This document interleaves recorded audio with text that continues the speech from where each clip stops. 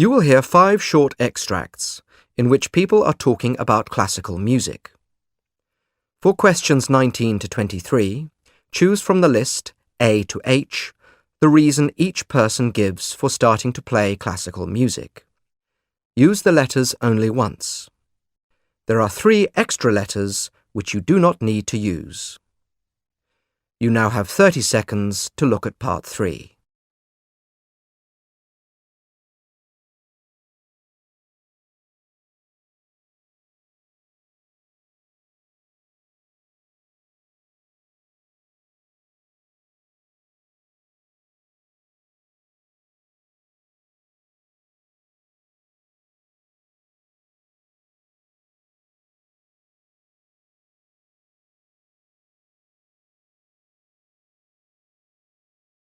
Speaker 1. Classical music's often seen as old-fashioned, and though there's people everywhere who go to concerts, and some classical musicians are big-name stars, it doesn't really excite young people that much. They prefer pop music or more modern stuff. But the truth is, it's hard to interpret complex music, even with the best teacher in the world, unless you start training early on in life. Luckily for me, I came to this conclusion myself when I was in my early teens, and when I said I wanted to become a classical guitarist, my parents rather reluctantly went along with the idea and bought me some lessons. Since then, I've played almost every day. Speaker 2. I bought my first classical recording aged 14. It was a violin concerto by a Russian composer.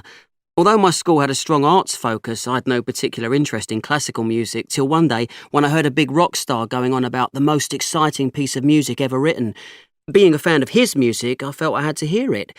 By the third listening, I was convinced he was right. What's more, I found I really had an urge to play the violin myself and found myself a teacher. Despite my dad's complaints about the noise I produced, I practiced every day at home. I've never looked back.